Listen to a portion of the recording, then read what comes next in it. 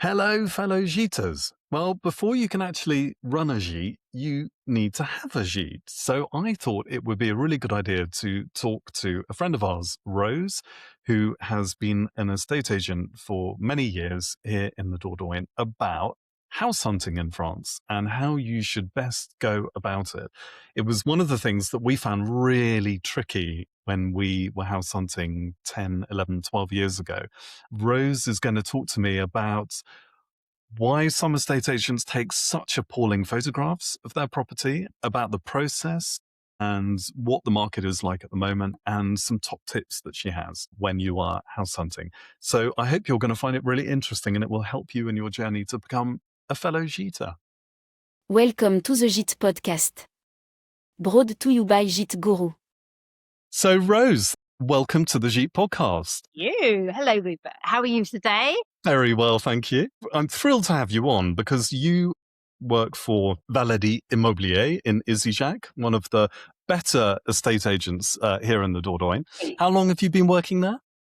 I've been working at Issigeac office for about 5-6 years now, and before that, I was in Bergerac. I co-run Valadié Immobilière in Issigeac with my colleague Joanna Henshaw, who's in Australia at the moment. Nice. And yeah, so we're in the main street of Issigeac. But that's quite unusual, isn't it? Because not all estate agents in France have a physical presence somewhere. Some of them are just online, aren't they? It works so well. I'm telling you, we have so many people coming in. Issigeac is a fantastic, it's a city medieval, it's a medieval village. It's absolutely stunning. It's got timber framed houses, stone houses, chic boutiques. And so people are coming in here because it's so beautiful and they're stopping by. And we also have 5 other agencies are called in the hotspots. I call them hotspots of the area. We have the Sala, the Aimé, Villarreal. So we have got this great network. And also we are open on Sunday morning. The market here is just it's fantastic. It's the best market in the region, isn't it? In the region, and we were number 2 or number 3 voted one year in France of best market. I think for foreigners coming to buy in France, there are several aspects of house hunting which they are not really used to. And I think one of them is exactly that point of sometimes there is no office that you can go to for an estate agent. You have got an office, but sometimes it's literally just contacting somebody you can't go and meet in person. Well, I like I said, people are coming in and we have a good old chat face to face. You have that personal contact, that first contact. They know who you are. And then after that, I mean, it's just, it flows. It flows from then onwards. And then you have rapport with the emails and back and forth. And we can talk about the area. We can show maps. Where have you been? I can suggest where to eat and everything. And they can get to know the area that way as well. It's a much more personable touch. I think it's a way to go. I've been thinking about this, thinking back to when we were house hunting and coming from the Netherlands and having bought in England as well before we came here, that everything is different. It is. And actually we found it quite difficult house hunting because not only were there lots of agents we couldn't meet in person and build a relationship when we were house hunting, but one of the things that really surprised us was just how bad the photography is sometimes. You fortunately, your photos are all really good. But why, Rose? Why do French estate agents do it like this? I can tell you why. For example, we actually use a professional photographer most of our houses. I think the agents generally in France are getting much better with that. And what we do have is a cultural difference, which we can't really change. So, I mean, the photos can be professionally done, but you have the houses where people don't necessarily clear up. We tell them we're coming, we email them, we say photographer's coming, get rid of your clutter, things like that in a nice way. And we get there and then we have finishing their lunch and we have dishes in the sink and objects everywhere and clutter. We have been cleaning houses before, decluttering, making beds, and just trying to make it a little bit more presentable. I mean, I'm not trying to be negative, but this is like a cultural thing. They say, we are living here. This is our home. The kids' toys are here, and we can't do anything about it. So we are trying with a photographer to make the most Style of the the place style and of the house. There's no staging as such, and it's like I said, no. it's just the way they live, and that's fair enough. The other thing we found very difficult coming from Holland was in Holland, you have one website where every single Yeah. property that's coming on the market is put on. It's absolutely brilliant. And again, there's not that in France, is there? There's not one place you can go. There are a couple that have a lot of houses, but There is a not. couple. There's a couple who have a lot of houses. Green Acres is a good one. Is that where you advertise? We advertise. We have more of the quality properties are on Green Acres. That's, I think, probably the character properties. So that would be a good place to start. And then you get multiple agencies, or you stick with one agent. And something else we found quite difficult when we were looking was understanding if the asking price was the market price. We Okay. felt that sometimes we would go round Okay. suddenly houses owned by expats who'd obviously spent quite a lot of money putting in a pool and air conditioning and that they wanted their investments in the property back again and that wasn't necessarily the market price, what the place was actually worth. Do you have difficult conversations with potential vendors? We do indeed. I think generally that would be coming from a lot of English people who maybe bought at a time, 10 years ago, 15 years ago, when they bought high. There was a rush to France, as it were, and they did spend a lot of money renovating. Now, renovating in France isn't cheap. If you're employing local artisans, and also at the moment, price of materials are quite high. So I think when they bought at a certain time, you're adding on all the renovations you've been done. You're not always going to get your money back with that. That's my point of view. You probably had 20 years of lovely time in France, though. So you have to weigh up that in a way and try not to. I don't overspend. You don't have to renovate every single piece of your property. You can have an old barn, which has just a simple floor. Fine, leave it. You don't have to do everything. Absolutely. The last thing that we found quite tricky, because we were specifically looking for a property with gîtes on it, it would mention in the particulars or online that there was a gîte, a second house that could be a gîte or was a gîte, but that was it. There was no extra information about occupancy or how much revenue there was. Why do estate agents not really market the business side of a gîte property? Think if you're saying it's advertised as a gîte, the information is not going to be given out straight away online. It's personal information, very private information. You're not going to get that information online. You will have to ask for it. You'll have to have a rapport with the agency. You have to register with them. Give your details as well. It's also about security, and then they will be willing to give you information about how much the income and everything like that. The other reason is as well is you might have it says gîtes. You have a lovely big main house. You might have one gîte, two gîtes. I think as well that if you're going to label it as gîte all the time, you're not going to be open to it. How do you say? And a more wide audience. You're just saying it's a gîte. Some people do not want businesses. They might want a lovely main house. They might want guest houses for the family. They don't really want a business. So it kind of limits You're who limited you're talking to. a lot. Yeah. Also, be wary that if you're saying gîte, is it a business? Is it run? Is it legal?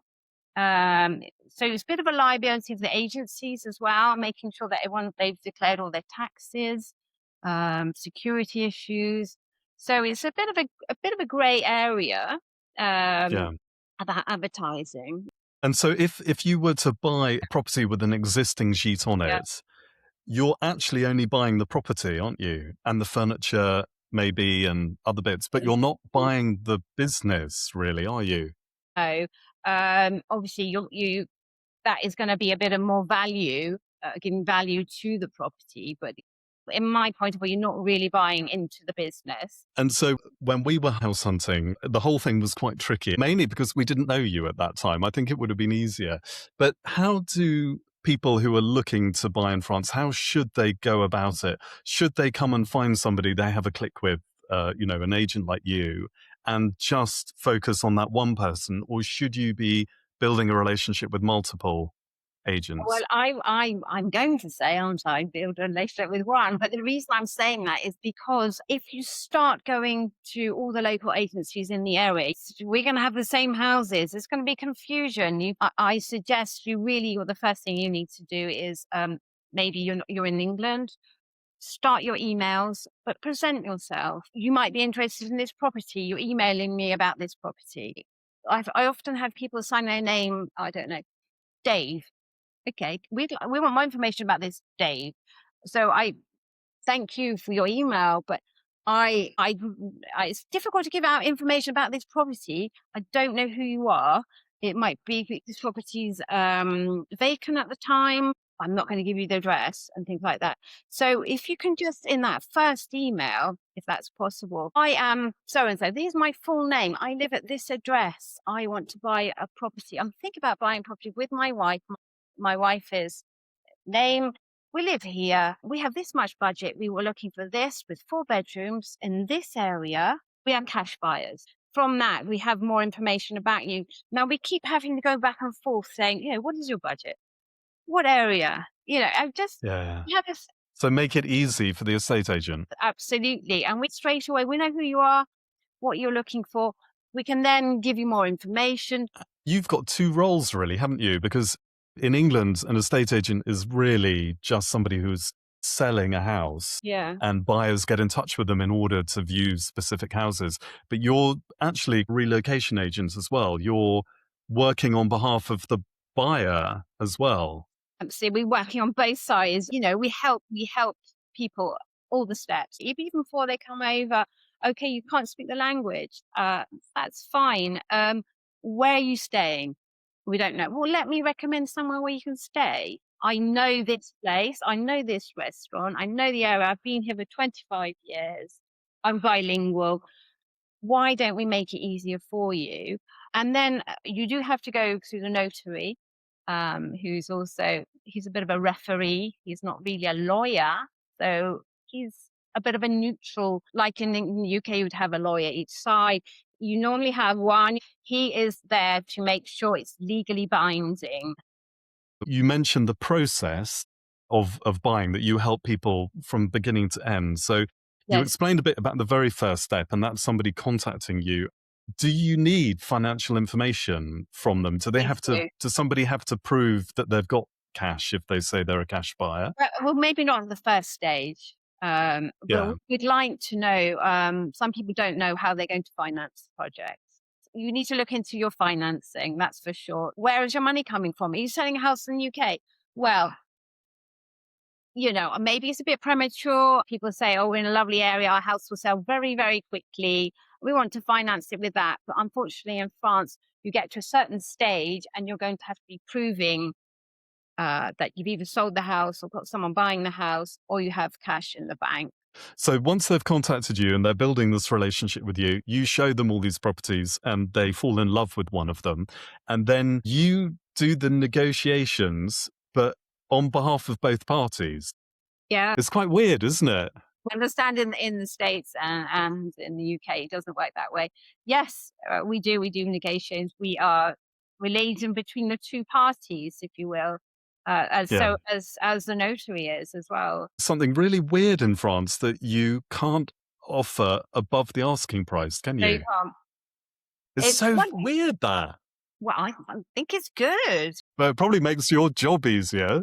It's very, very square and clear in France and really good for buyers. It's really on their side. You cannot get gazumped. All the proper checks are in there for you. If you offer the asking price, then the vendor has to accept it, don't they? He does. If you're a cash buyer, for example, if you've got a loan, he doesn't always. It's one of those areas he should do, but he Yeah. doesn't always have to go for it. And then what we would do is we would write up an intention letter, an offer letter, and with the conditions, clauses, if there are any, the price, obviously. And we'd do that for both sides and get you both to sign it. And then with that, we will get all the documents together and take that to the notary, who will then start looking into it all and writing up the first legal contract, because there's two, called the compromis de vente or the promise de vente. And when I say documents, so what a good idea would be if you're going to come over as well. You're planning to buy, you never know on the first trip, you might find the house. Mm-hmm. Maybe get your documents together. You're going to have your passport ready along with your birth certificates.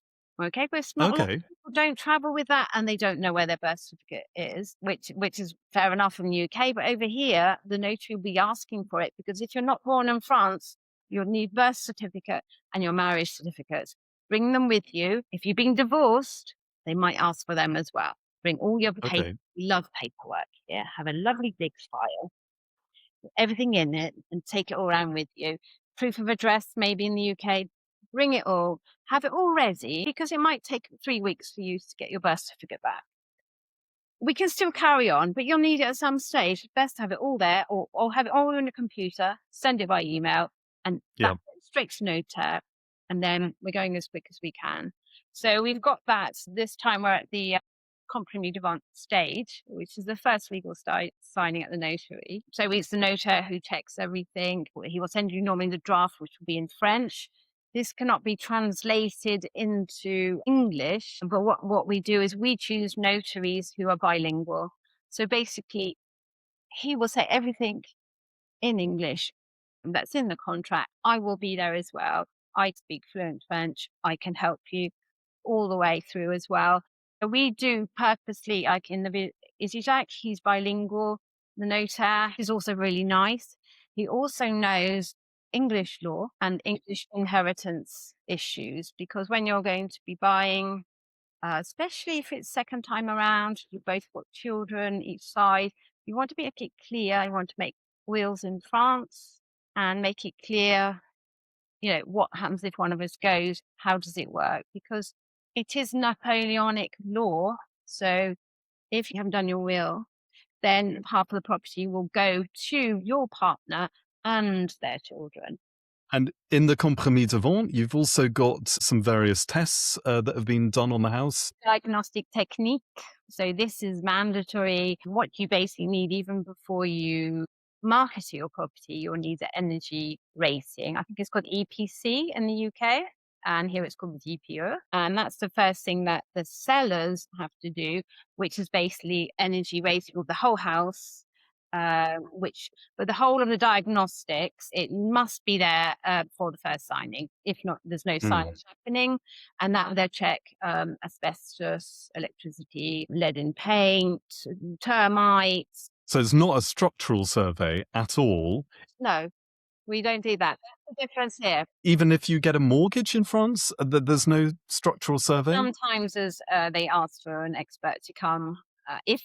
Normally it's if they think the price is exaggerated, they can come, and expert from the bank, expert in Immobilière will come and check. Not always, not in all the cases. And so you sign the compromis de vente. Do you actually have to sign it yourself, or can you have the notaire sign on your behalf? You can do something called procuration, which is a power of attorney. It works all different ways. Normally what happens, if you can't be there in person, they'll do a video call, like kind of doing now, and they'll make sure you've understood.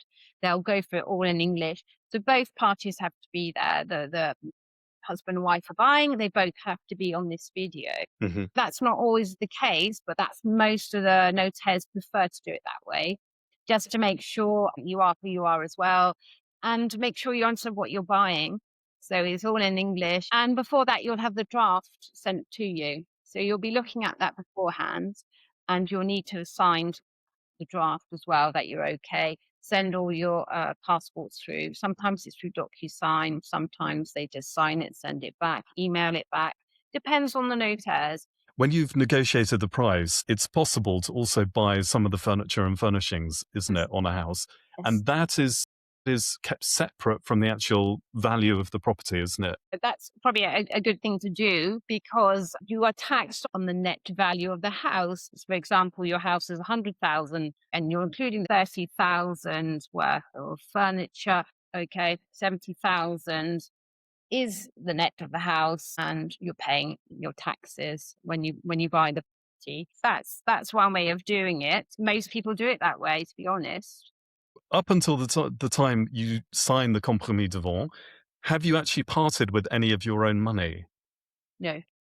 No. So when you are actually at the notaire's signing, straight after that, he'll give you his IBAN number, and you will be sending the deposit to the notaire in his holding account.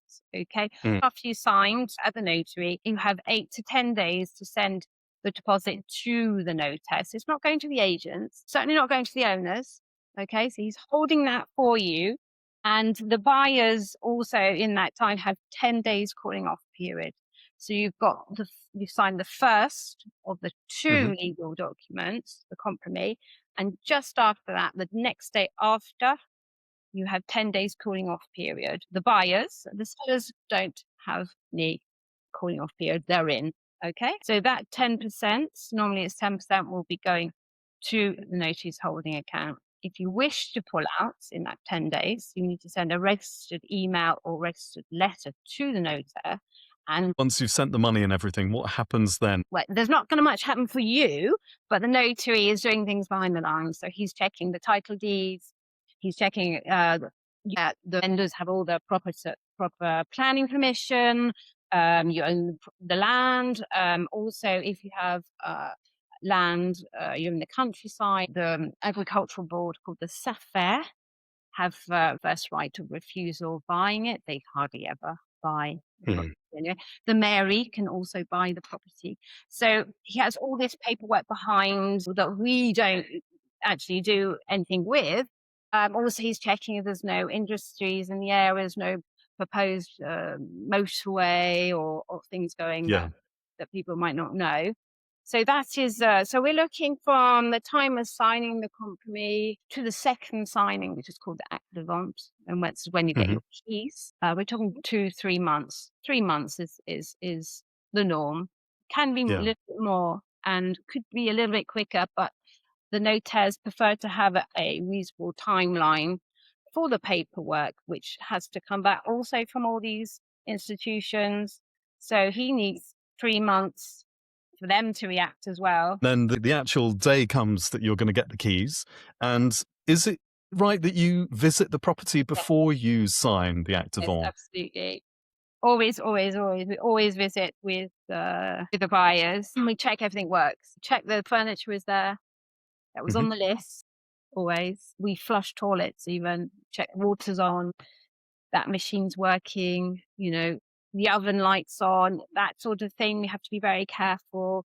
What also happens if the heating system, the owners would have to have a certificate from someone who's saying that it works, and also like a heating engineer. Same for swimming pool as well.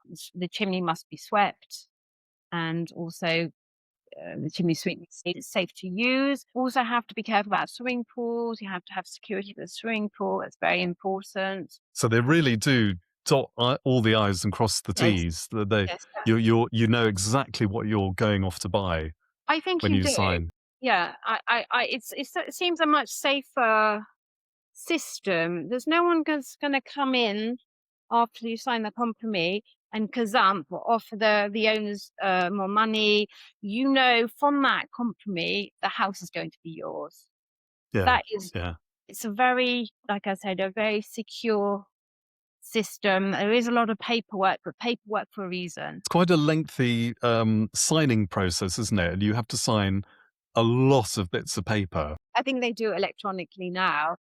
Oh, You'll okay. be signing, so you'll be signing as well that you've understood the diagnostics. The diagnostics, like I said, was, the termites, everything. Like if there's something wrong, the electrics, the owners don't have to do anything with that. But you're also signing that you've understood that there are imperfections with the property, electricity. There might be asbestos in the barn roof. Also, you'll be signing, I don't know how many pages, maybe 250, but they had to do it with the now, so it's much more easier. Yeah. Oh, yeah, we had to do it physically 10 years ago. Fun. We were there for hours. It was really funny. And then at the end of it, the notaire turned to the vendors and said, right, could you hand the keys over now? And they looked completely dumbstruck and said, well, no, we can't because they're in the door. That's where we always leave them. Oh, what? No. Oh, Yeah, they never even locked the place up. oh, very safe area. No. It made us feel like we were very French, in a place that was so safe and secure that you Yeah, didn't even well, need to take the keys out the door. no, exactly. Going back to on the day of the signing, you're going around the property, you're checking everything, checking the list of furniture, also reading the meters and the water meter, electricity meter, and you do the meter reading, and then we help you change all that over, which is not easy in French. And and suggest we also book up meetings with Orange for internet and things like that, and Mm, most of them we go with our clients for that as well. Depends how yeah. confident they feel about doing things, really.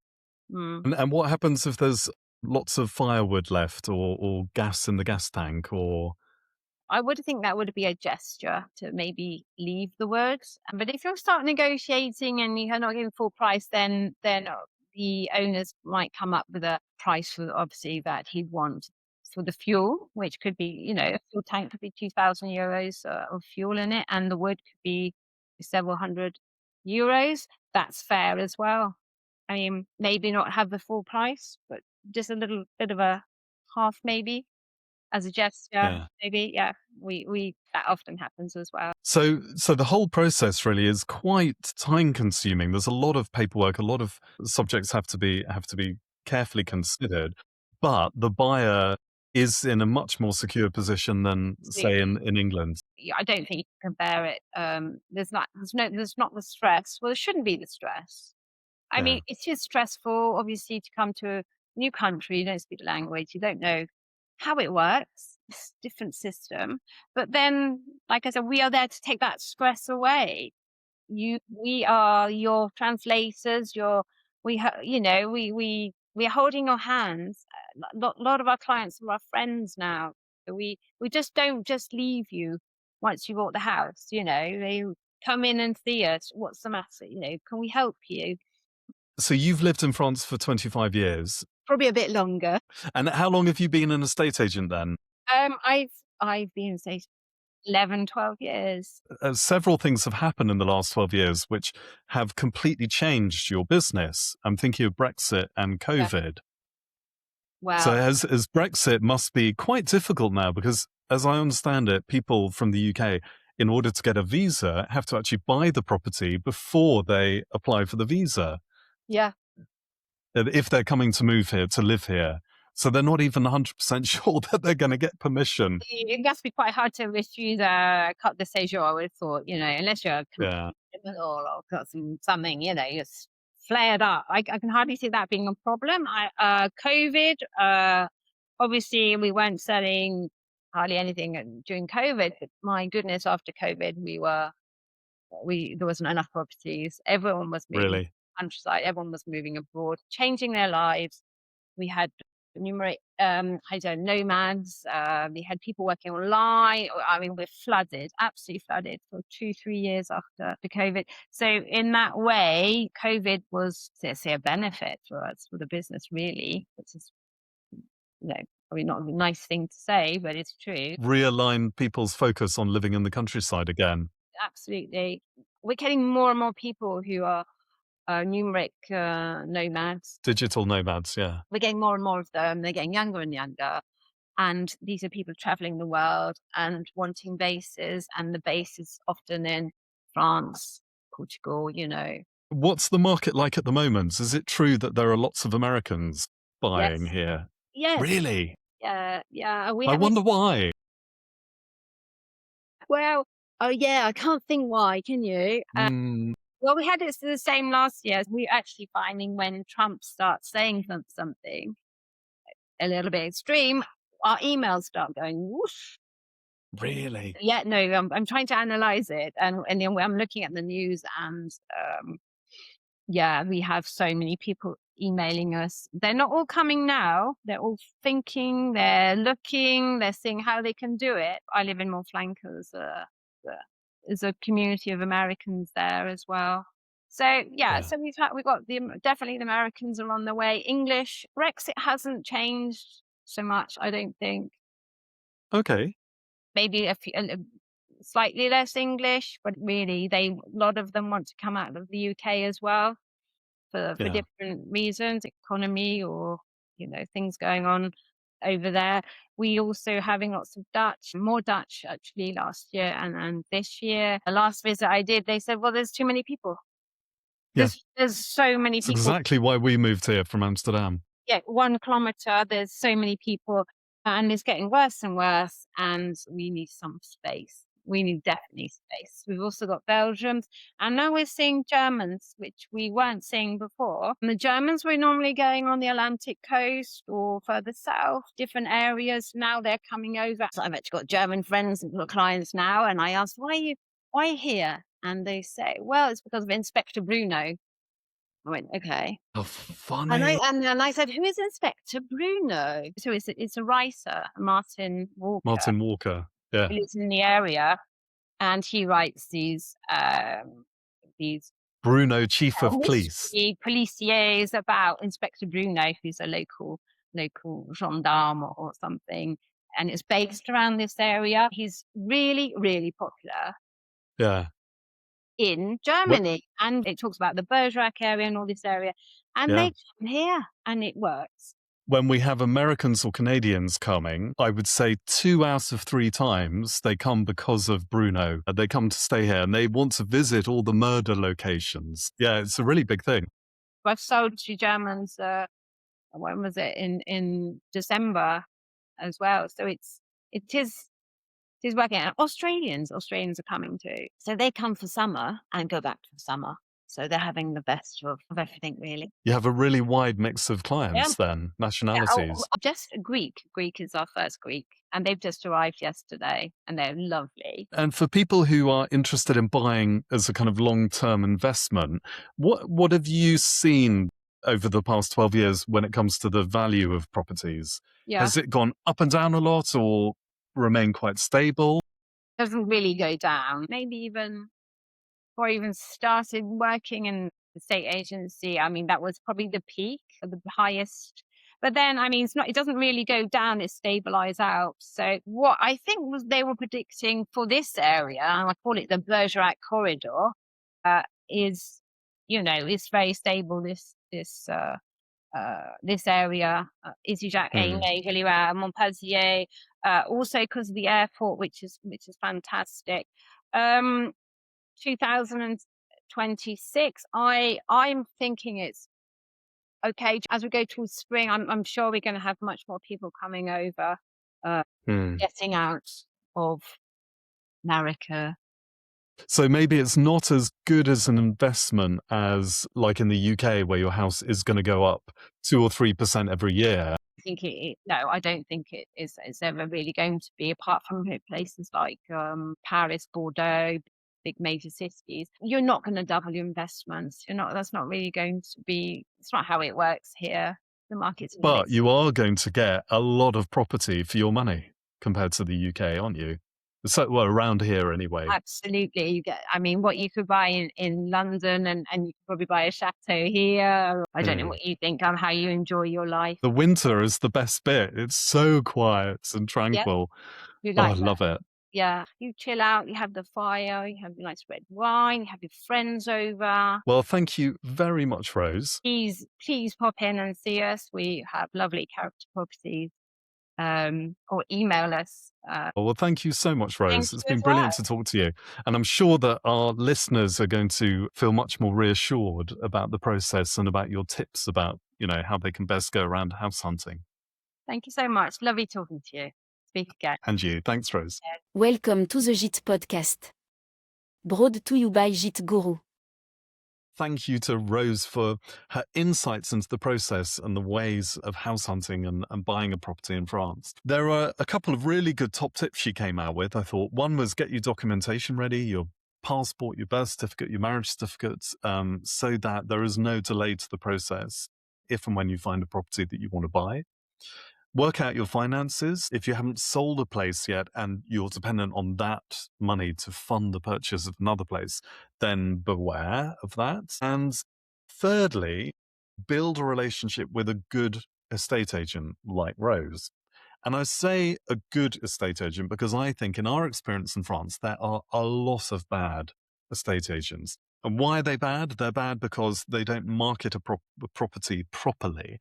The photos are appalling. I mean, how many times have we seen the estate agent actually in the photos and the beds haven't been made? Maybe it is a cultural difference, I don't know, but there are certain estate agents who don't care about the way they present a property. There's no styling done before a photo shoot, for instance. And even in the details of the property, there's not a lot of descriptive text about the property itself. You hardly ever see floor plans even, or drone footage of properties. So when you do find a good agent, you really do need to build a relationship. I remember one place we went to visit 12 years ago, and the agent turned up. It was an online agent, so we'd never been to their office and been able to meet them. And it literally looked as though he'd just crawled out of bed. I think he had. He hadn't done his hair. I don't think he cleaned his teeth. And I mean, it just, those are not the people that you want helping you on your adventure and journey to starting a gîte in France. And someone like Rose is, because not only is she going to get you into the houses and work out exactly what it is that you're looking for and help you find it, but she is going to help you settle into your life here, whether it's setting up the utilities or just being a friend, because you are going to be living in the same community that she is. And that means your social life are going to connect at some point as well. So I think it is an exciting journey to go on, house hunting and buying. Remember that if you are thinking of starting a gîte and you found a property you like and you're not 100% sure if the gîte part of the property is what you're looking for and whether it's going to be successful enough for you, then do get in touch with us. That's one of the services that we offer, is giving our feedback or even writing a kind of mini business plan for you on a property that you found. So I hope you found this interesting, and I look forward to you buying in France and becoming a fellow gîter. If you haven't met us before, we're Gite Guru, Frank and me, Rupert. We run our own gîtes, Le Mas and Le Mazette, and when we left our careers in Amsterdam back in 2015 to run these gîtes full-time, they became our livelihood. We had to make the business work. It wasn't always smooth sailing, but through trial, error, and plenty of learning, we've built a 32-week season and a loyal base of 60% returning guests. We started Gite Guru to share what we've learned and to help others succeed too. So if you're looking for free tips, insights, and inspiration, head to giteguru.com and subscribe to this Gite podcast. For ongoing updates, behind-the-scenes posts, and relevant Gite news, including tax changes and industry trends, follow us on Instagram at gite.guru. And if you're after more personalized support, we offer tailor-made advice around your business, your gîte, its interiors, facilities, the services you offer, and the all-important communication and marketing. So telling the story of your gîte and making it visible to your target groups. If you're interested, get in touch for a free Zoom chat about your property, your plans, and how we could help you. And don't forget, follow us on Instagram at gite.guru. See you there.